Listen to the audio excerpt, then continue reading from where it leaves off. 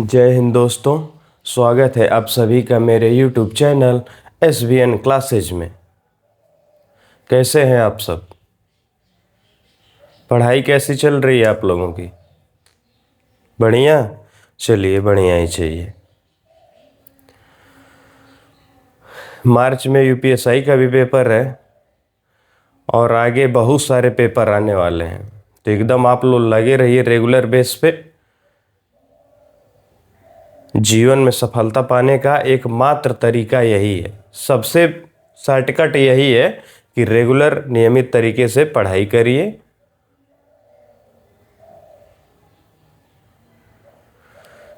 तो चलिए, पीछे की क्लास में हम लोगों ने देखा था समाजवाद के बारे में। समाजवादी शब्द 42वें संविधान संशोधन द्वारा जोड़ा गया था भारत के संविधान में। और आज हम लोग देखेंगे सेक्युलर।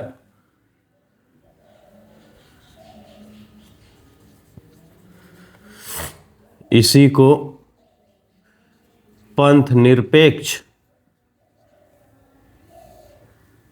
और कहीं कहीं धर्मनिरपेक्ष भी बोला जाता है। और यहाँ पे हम लोग समझेंगे कि पंथ निरपेक्ष और धर्मनिरपेक्ष में क्या अंतर है, बेसिक डिफरेंस क्या है। क्योंकि भले दोनों एक ही सेंस में, एक ही अर्थ में दोनों शब्दों का प्रयोग किया जाता है, लेकिन दोनों के अर्थों में भिन्नता है। वास्तविक रूप में व्यवहार में तो भले एक जैसे दिखाई दे रहे हैं, लेकिन अगर वास्तविक रूप में देखा जाए तो इन दोनों के अर्थ में विभिन्नता है। अगर बात की जाए भारत के संविधान की जो प्रस्तावना है, तो उसमें पंथ निरपेक्ष शब्द जोड़ा गया है, और वो भी 42वें संविधान संशोधन सन 1976 में जोड़ा गया। 42वें संविधान संशोधन 1976 के तहत भारत के संविधान में समाजवादी, पंथ निरपेक्ष और अखंडता शब्द को जोड़ा गया था। बहुत सारी चीजों को जोड़ा गया था, लेकिन अगर प्रस्तावना के संदर्भ में देखा जाए तो इन तीन शब्दों को जोड़ा गया था। तो अगर बात की जाए, ये प्रीलिम्स की दृष्टि से क्वेश्चन कभी कभी पूछ लेता है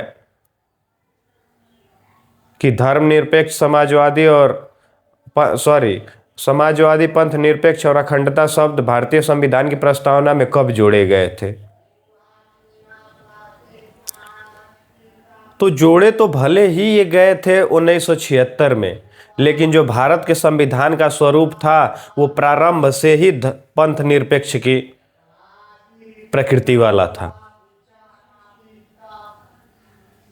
तो यहाँ पे अगर बात की जाए, क्वेश्चन ये पूछे कि पंथ निरपेक्ष शब्द भारतीय संविधान की प्रस्तावना में कब जोड़ा गया था, तो आप जवाब देंगे 42वें संविधान संशोधन 1976 के तहत जोड़ा गया था।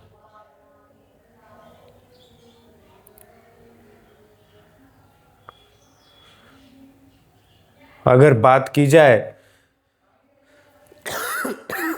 सॉरी,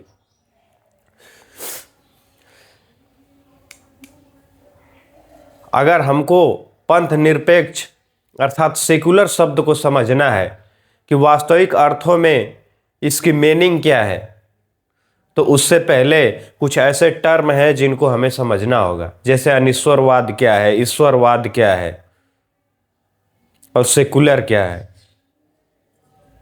तो अनिश्वर, अन मतलब न, ईश्वर मतलब ईश्वर, भगवान, मतलब ईश्वर को न मानने वाले अनिश्वरवाद के तहत आते हैं। अर्थात अनिश्वरवाद एक ऐसा वाद है जिसमें ईश्वर को नहीं मानते हैं लोग। हर प्रकार के समाज में लोग दिखाई देंगे आपको। कोई भगवान को मानने वाला होगा, कोई न मानने वाला होगा, कोई ऐसा भी होगा जो मानता होगा लेकिन तटस्थ हो के मानता होगा।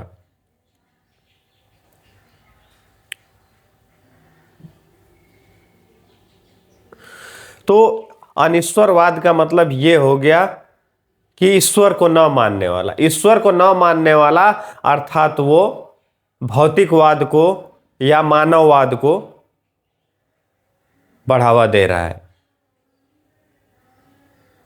मतलब जो ईश्वर को नहीं मान रहा है वो हम कह सकते हैं कि अनिश्वरवाद की दूसरी मीनिंग भौतिकवाद या मानववाद है।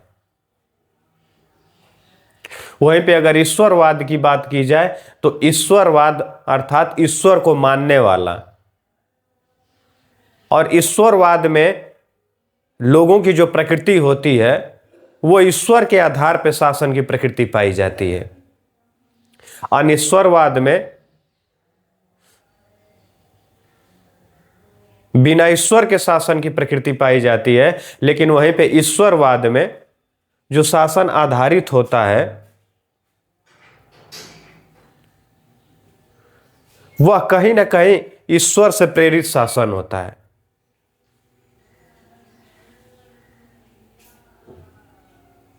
अगर वहीं पे बात की जाए सेकुलर की, तो सेकुलर यह एक ऐसी विचारधारा है जिसमें ईश्वर विरोधी लोग नहीं होते हैं। वो ईश्वर को मानते हैं लेकिन अपने निजी जीवन में मानते हैं, और धार्मिक तटस्थता का स्वरूप दिखाई देता है। सेक्युलर जो भी सेक्युलर लोग होंगे, जो भी सेक्युलर विचारधारा के लोग होंगे, उनमें धार्मिक तटस्थता की प्रकृति देखी जाती है। धार्मिक तटस्थता मतलब कि वो अपने धर्म को मानेंगे लेकिन दूसरे के धर्मों को भी उतना ही वर्चस्व देंगे, अर्थात उतना ही दूसरे के धर्मों की भी कदर करेंगे वो। तो ये सेकुलर के अंतर्गत आ जाते हैं, अर्थात वे सारे धर्मों को समान मानते हैं। वो भले अपने धर्म के चीजों को करेंगे लेकिन वो सारे धर्मों को समान मानेंगे।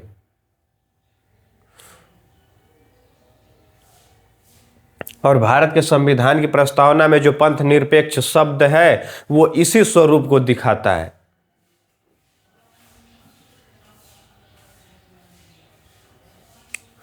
तो अगर बात की जाए तो सेकुलर की मीनिंग दो प्रकार से हम देख सकते हैं। एक तो धर्म से अलगाव या धर्म से तटस्थता। मतलब क्या है? मतलब यही है कि देखिए, सेकुलर शब्द हो गया, इस सेकुलर में दो चीजें दिखाई देती हैं। एक तो हो गया रिलीजियन से अलगाव, और दूसरा हो गया रिलीजन के प्रति तटस्थता।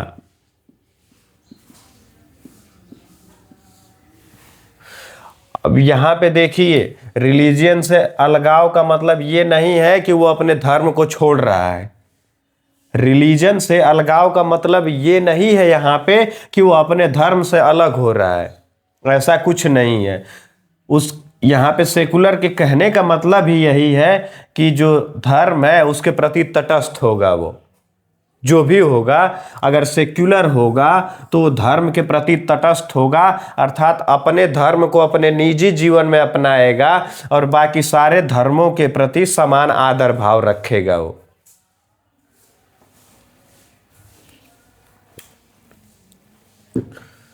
तो ये सेक्युलर हो गया। अब जो भारत की संविधान की प्रस्तावना है उसमें जो पंथ निरपेक्ष शब्द का प्रयोग किया गया है,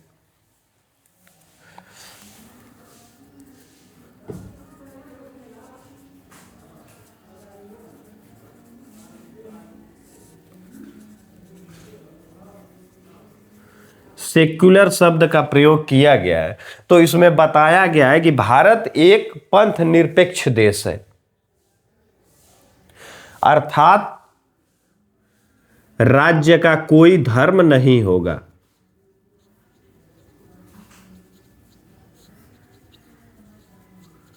कोई धर्म नहीं होगा। राज्य धार्मिक भेदभाव नहीं करेगा।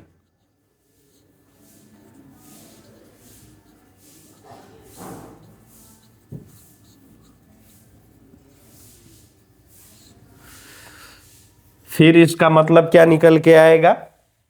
राज्य का कोई धर्म नहीं होगा, राज्य धार्मिक भेदभाव नहीं करेगा, सभी धर्मों को समान आदर।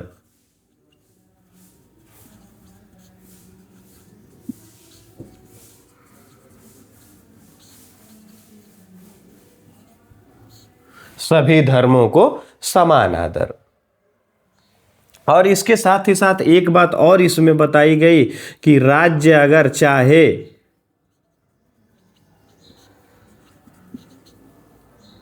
तो धार्मिक हस्तक्षेप कर सकता है।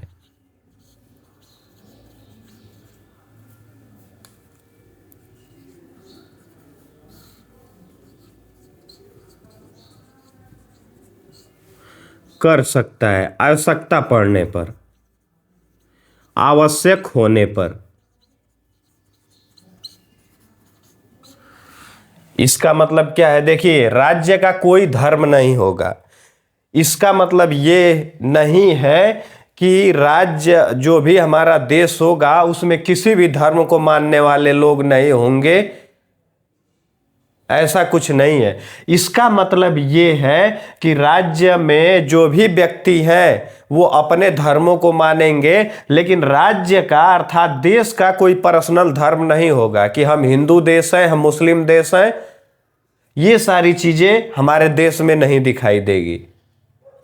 जो भी जिस भी धर्म का व्यक्ति होगा वो अपने धर्म को अपने निजी जीवन में उतारेगा।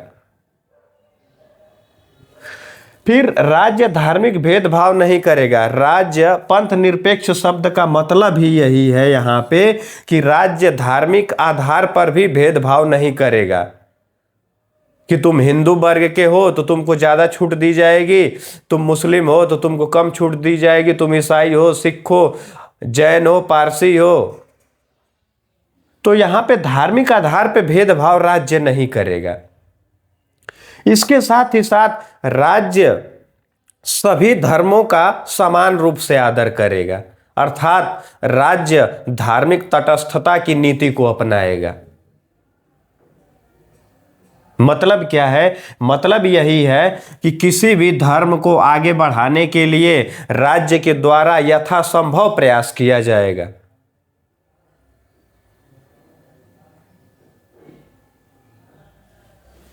लेकिन उस प्रयास से किसी धर्म विशेष को व्यक्तिगत लाभ नहीं मिलना होगा, न मिले, इस चीज का भी ध्यान रखा जाएगा। और राज्य अर्थात देश चाहेगा तो किसी भी धर्म में हस्तक्षेप कर सकता है, क्योंकि अगर देश को, हमारे देश को लगेगा, ये उसे फील होगा, इस चीज की अनुभूति होगी कि इस धर्म में ये गलत चीजें समावेशित है, तो राज्य चाहेगा तो उस गलत चीज को लेके हस्तक्षेप कर सकता है। इसी का एक उदाहरण आप लोगों को दिखाई देता है, जो कुछ दिन पहले मुद्दा उठा था, जो 3 तलाक वाला। तो हमारे देश को लगा कि ये गलत चीजें हैं। तो अगर कोई भी धर्म होगा, अगर उसमें कुछ गलत चीजें समाविष्ट हुई होंगी तो उसके प्रति राज्य हस्तक्षेप करेगा, और वो उस धर्म की भलाई के लिए करेगा, अर्थात उस धर्म से जुड़े जो लोग हैं उनके भलाई के लिए वो कदम उठाना होगा राज्य के लिए। तो इसका मतलब ये नहीं है कि अगर राज्य किसी धर्म में धार्मिक हस्तक्षेप कर रहा है तो वो धर्म विशेष से प्रतिद्वंदता की भावना रख रहा है, ऐसा कुछ नहीं है। क्योंकि अगर राज्य को लगेगा कि किसी भी धर्म में ये गलत चीज है तो उस पे राज्य के द्वारा एक्शन लिया जाएगा, हस्तक्षेप किया जाएगा। तो यहां पे हम लोग 3 विचारधाराओं की बात किए। अनिश्वरवाद अर्थात ईश्वर को न मानने वाला, क्रॉस मतलब न मानने वाला, अर्थात इसी को हम बोलते हैं भौतिकवाद या मानववाद। अर्थात यह ईश्वर को न मान के मानव को मानता है। यह इसको अनिश्वरवाद बोलते हैं। तो अनिश्वरवाद में जो शासन आधारित होता है वो मानव पर आधारित शासन होता है, धार्मिक शासन नहीं होता है। इसके बाद हम लोग देखेंगे ईश्वरवाद। इसी को कहीं कहीं धर्मतंत्र भी लिखा जाता है। इसमें ईश्वर को मानने वाले लोग पाए जाएंगे। ठीक है, अर्थात इनमें जो शासन की प्रकृति होगी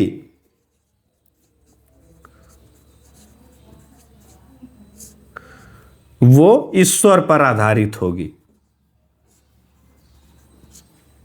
मतलब क्या है? मतलब यही है कि अपना ये कोई भी डिसीजन लेंगे वो ईश्वर को ध्यान में रख के उन्हीं के अकॉर्डिंग लेंगे। और तीसरा है सेक्युलर। इसमें क्या होगा? ये ईश्वर का विरोधी नहीं होगा। इस प्रकृति के जो भी लोग होंगे वो ईश्वर विरोधी नहीं होंगे, लेकिन ईश्वर को मानेंगे तो वो उनका निजी जीवन का मैटर होगा। निजी जीवन में ईश्वर को मानेंगे। और इनकी एक प्रकृति और होगी कि ये धार्मिक तटस्थ होंगे। और धार्मिक तटस्थता क्या होती है ये मैं बता चुका हूं आप लोगों को। तो यहां पे जो भारत के संविधान की जो प्रस्तावना है उसमें जो पंथ निरपेक्ष शब्द अर्थात सेक्युलर शब्द का प्रयोग किया गया है उसका बृहत अर्थ यह दिया गया कि राज्य का कोई धर्म नहीं होगा, राज्य धार्मिक आधारित भेदभाव नहीं करेगा, राज्य सभी धर्मों को समान रूप से आदर देगा और राज्य चाहेगा तो जरूरत पड़ने पे, आवश्यक होने पे धार्मिक हस्तक्षेप कर सकता है।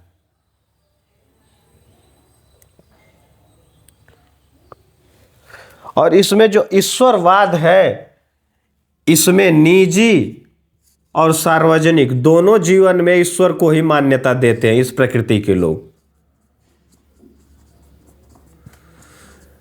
यहां पे सेक्युलर में आप देखेंगे कि यहां पे ईश्वर को मान्यता ही नहीं देते हैं। यहां पे देखेंगे कि ईश्वरवाद में निजी और सार्वजनिक दोनों जीवन में ईश्वरवाद को लाएंगे। अर्थात इनकी पूरी प्रकृति, जैसे कि रोम हो गया,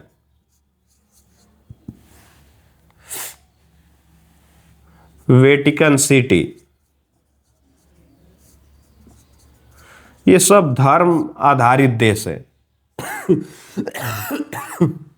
तबीयत अभी भी सही नहीं है। इसके बाद देखिए सेकुलर में हम बताए कि वो ईश्वर को मानने वाला होगा लेकिन वह अपने निजी जीवन में ईश्वर को मानेगा, अर्थात सार्वजनिक जीवन में वो धार्मिक तटस्थ रहेगा।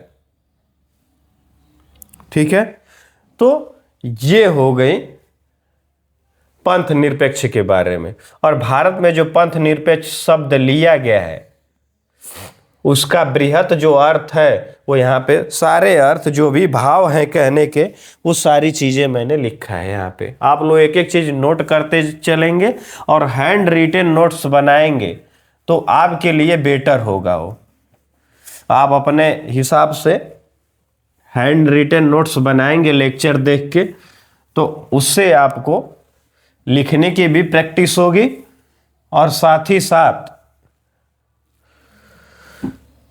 जैसे जैसे लिखेंगे आप लोग जो भी आपका शब्दकोश होगा वो बढ़ता जाएगा। तो देखिए यहां पे जो अगर इंग्लिश में देखा जाए तो जो रिलीजियन शब्द लिया गया है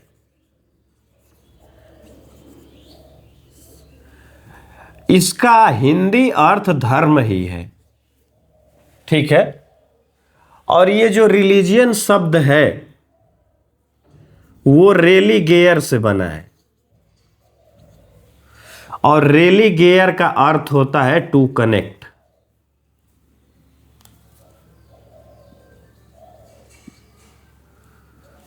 अर्थात लोगों को ईश्वर से जोड़ना। लोगों को ईश्वर से जोड़ना या लोक को परलोक से जोड़ना।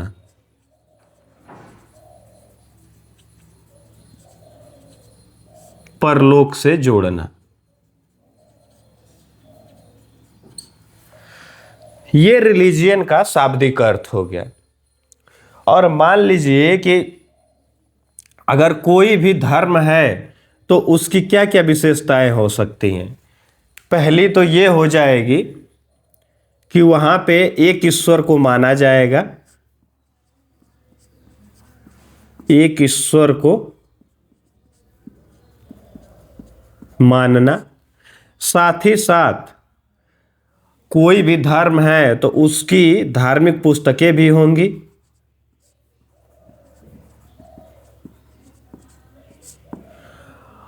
और उस धर्म के प्रवर्तक भी होंगे, अर्थात दिशा निर्देशक भी होंगे। और जो भी धर्म होगा उनकी विशेष उपासना या पूजा पद्धति होगी।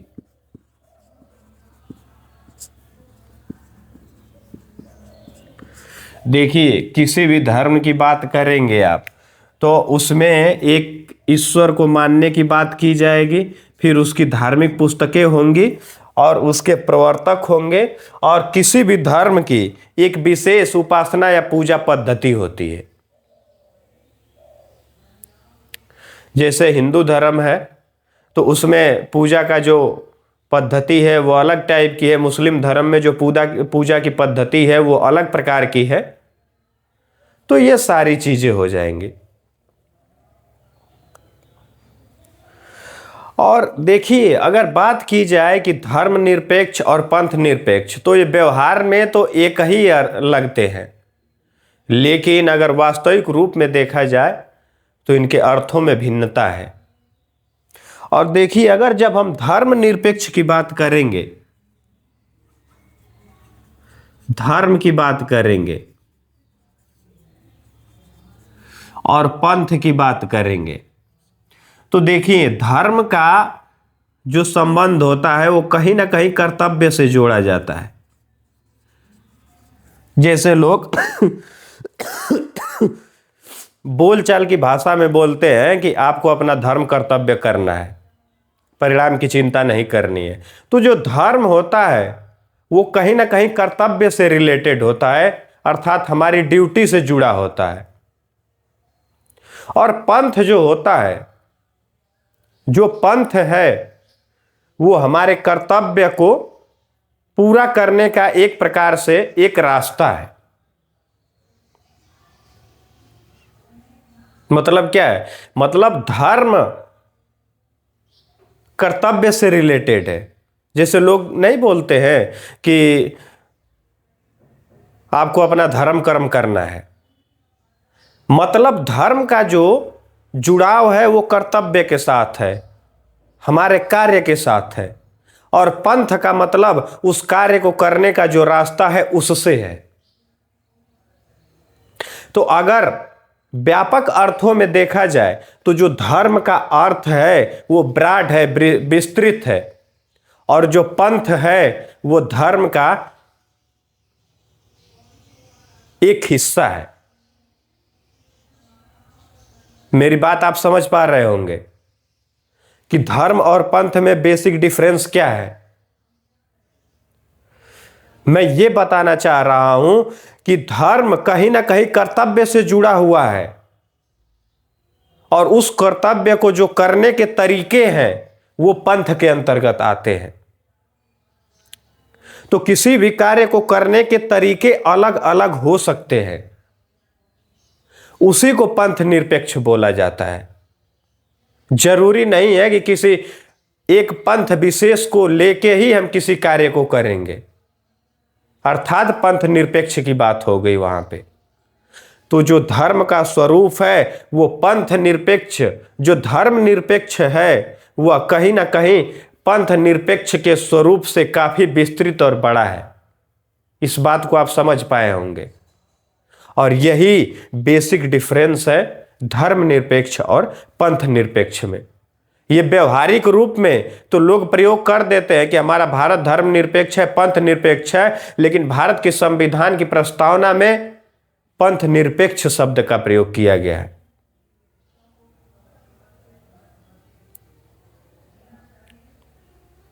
तो ये चीज आपको समझ में आई होगी कि धर्म और पंथ में बेसिक अंतर क्या है। व्यवहारिक रूप में एक ही है ये, परंतु अर्थ में भिन्न भिन्न है। तो यहां पे पंथ क्या है? एक रास्ता हो गया है। किसको? कर्तव्य प्राप्ति को। ठीक है, तो अर्थात हम कह सकते हैं कि इसको हमने मान लिया कि यह धर्म है और इसी का एक प्रकार यह पंथ है। अर्थात धर्म के अंदर ही पंथ समाहित है, धर्म के अंदर ही पंथ समाहित है।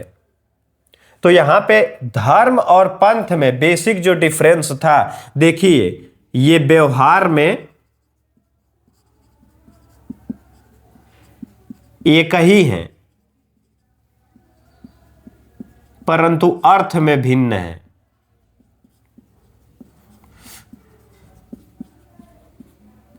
ठीक है, अर्थ में भिन्न भिन्न है।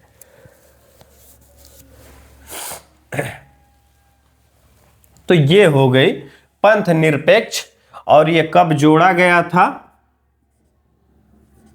तो 42वें संविधान संशोधन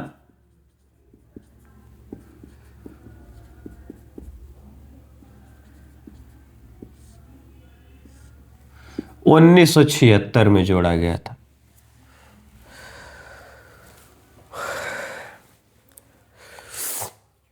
तो फ्रेंड्स, आज के क्लास में हम लोगों ने पढ़ा पंथ निरपेक्ष और धर्म निरपेक्ष के बारे में। और यहाँ पे हमने बताया कि जो सेकुलर शब्द है पंथ निरपेक्ष के लिए, सेकुलर शब्द का इंग्लिश में प्रयोग किया गया है।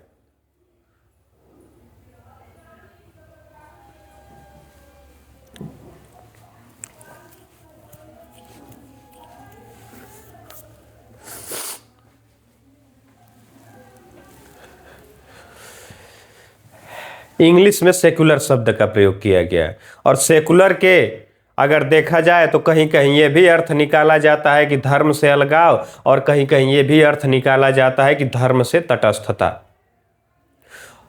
फिर हमने ये बताया कि अगर सेकुलर शब्द को विस्तृत रूप में जानना है तो अनिश्वरवाद की अवधारणा को, ईश्वरवाद की अवधारणा को और सेकुलर की जो अवधारणा है उसको समझना होगा। अनिश्वरवाद में हमने बताया कि यह भौतिकवाद या मानववाद पर आधारित अवधारणा है। इसमें ईश्वर को नहीं माना जाता है। या तो निजी जीवन हो या तो सार्वजनिक जीवन हो, दोनों में ईश्वर को कोई स्थान इस प्रकृति के लोगों द्वारा नहीं दिया जाता है। फिर हमने बताया ईश्वरवाद अर्थात धर्म तंत्र के बारे में, और वहां पे हमने बताया कि इनका जो शासन आधारित होता है वो कहीं ना कहीं धर्म पर आधारित शासन होता है, और इसमें निजी और सार्वजनिक दोनों जीवन में धर्म को ही मान्यता दी जाती है। इसके साथ ही साथ हमने बताया कि सेक्युलर में ईश्वर के विरोधी नहीं होते हैं लोग, लेकिन ईश्वर को मानने का जो कार्य होता है वो अपने निजी जीवन का विषय समझते हैं, और सामाजिक जीवन में वह धार्मिक तटस्थ रहते हैं। इसके साथ ही साथ हमने बताया कि भारतीय संविधान की जो प्रस्तावना है उसमें जो पंथ निरपेक्ष शब्द लिया गया है, अर्थात बोला गया है कि भारत एक पंथ निरपेक्ष अर्थात सेकुलर देश है। उसकी विशेषताएं ये बताई गई हैं कि राज्य का कोई धर्म नहीं होगा, राज्य धार्मिक भेदभाव नहीं करेगा, राज्य सभी धर्मों को समान मान्यता प्रदान करेगा, और आवश्यक होने पर, जरूरत पड़ने पर राज्य के द्वारा धार्मिक हस्तक्षेप किया जाएगा। इसके साथ ही साथ हमने रिलीजियन के बारे में बताया कि रिलीजियन रेलिगेयर से आया है, जिसका मीनिंग होती है टू कनेक्ट, अर्थात लोगों को ईश्वर से जोड़ना, अर्थात लोक को परलोक से जोड़ना। और जो रिलीजन होता है उसकी कुछ विशेषताएं होती हैं, और इन विशेषताओं के अंतर्गत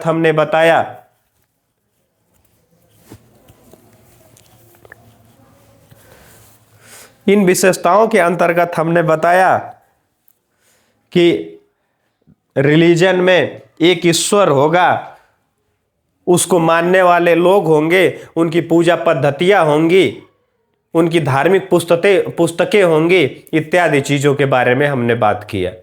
फिर हमने धर्म और पंथ के बारे में डिटेल में बात किया कि धर्म का जो जुड़ाव है वो कहीं ना कहीं कर्तव्य के साथ है, और पंथ उस कर्तव्य को पालन करने का एक रास्ता के साथ उसका जुड़ाव है। अर्थात धर्म एक विस्तृत विचारधारा है, जबकि पंथ उसी का एक स्वरूप मात्र है। तो आज के क्लास में सिर्फ इतना ही। अगर मेहनत अच्छी लगी हो तो क्लास को ज़रूरतमंद लोगों के यहाँ तक पहुँचाइए आप लोग। धन्यवाद।